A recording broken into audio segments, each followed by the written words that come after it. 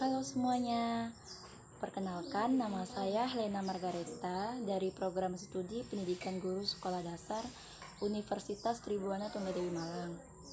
Nah, jadi di video kali ini saya akan membahas mengenai sejarah pramuka yang ada di Indonesia. Jadi, pramuka merupakan sebutan bagi anggota gerakan pramuka yang meliputi pramuka sinaga, pramuka penggalang, dan pramuka penegak. Dalam melakukan kegiatan pramuka pasti ada yang namanya pembina pramuka. Nah, jadi pembina pramuka ini adalah seorang pelatih, pemasong saka, staf kawartir, dan majelis pembimbing agar pramuka dapat berjalan dengan baik. Sebelum menjadi anggota pramuka, seseorang akan dilantik terlebih dahulu dengan mengucapkan satya atau yang biasa kita dengar dengan janji pramuka. Awalnya kepramukaan hanya untuk kaum laki-laki saja, tetapi pada tahun 1912 berdirilah organisasi kepramukaan untuk kaum wanita. Jadi, hingga saat ini kepramukaan bisa diikuti oleh kaum laki-laki maupun kaum perempuan juga. Berbicara mengenai sejarah kepramukaan di Indonesia, tidak mungkin terlepas dari riwayat hidup si pendiri gerakan pramuka sedunia, yaitu Lord Robert Baden-Powell. Robert Baden-Powell lahir pada tanggal 22 Januari 1857 di London, Inggris. Pada awal tahun 1908, Baden-Powell menulis pengalamannya dengan judul buku Scouting for Boys untuk acara latihan kepramukaan yang dirintisnya.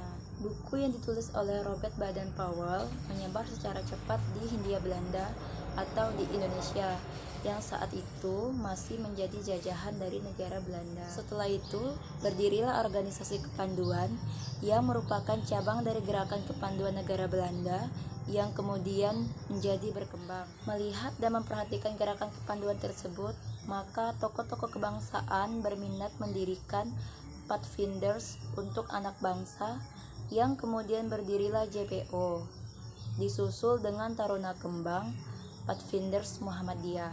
Pada tanggal 28 Oktober 1928, gerakan kepanduan turut berperan aktif dalam Kongres Pemuda yang mencetus Sumpah Pemuda. Sumpah Pemuda tersebut menumbuhkan jiwa kebangsaan sehingga kepanduan Indonesia semakin berkembang. Kepanduan sempat dilarang pada masa penjajahan Jepang, namun idealisme dan semangat tetap menjiwai para panduan. Dalam perjuangannya melawan penjajah, panduan ikut terjun dan saling bahu-membahu untuk memperjuangkan kemerdekaan Indonesia. Setelah kemerdekaan Indonesia, terbentuklah Pandu Rakyat Indonesia di Solo pada tanggal 28 Desember 1945 yang merupakan satu-satunya organisasi kepanduan Indonesia dengan keputusan Menteri Pendidikan.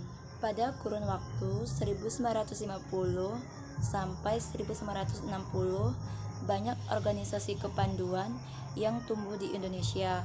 Oleh sebab itu, Presiden Soekarno memberikan amanat pimpinan panduan di Istana Merdeka pada tanggal 9 Maret 1961. Presiden Soekarno menyatakan pembubaran semua organisasi kepanduan di Indonesia dan kemudian meleburnya menjadi organisasi baru yang bernama Gerakan Pramuka dengan lambang tunas kelapa. Lambang pramuka yang berbentuk tunas kelapa tersebut diciptakan oleh Bapak Suenarjo Atmadipura. Nah, dari penjelasan yang saya jelaskan tadi, apakah teman-teman sudah tahu apa kepanjangan dari pramuka? Oke, jadi pramuka adalah Praja Muda Karana yang berarti masyarakat penuh kreasi. Baik, hanya itu saja yang dapat saya jelaskan mengenai sejarah pramuka yang ada di Indonesia. Sampai berjumpa di video-video selanjutnya.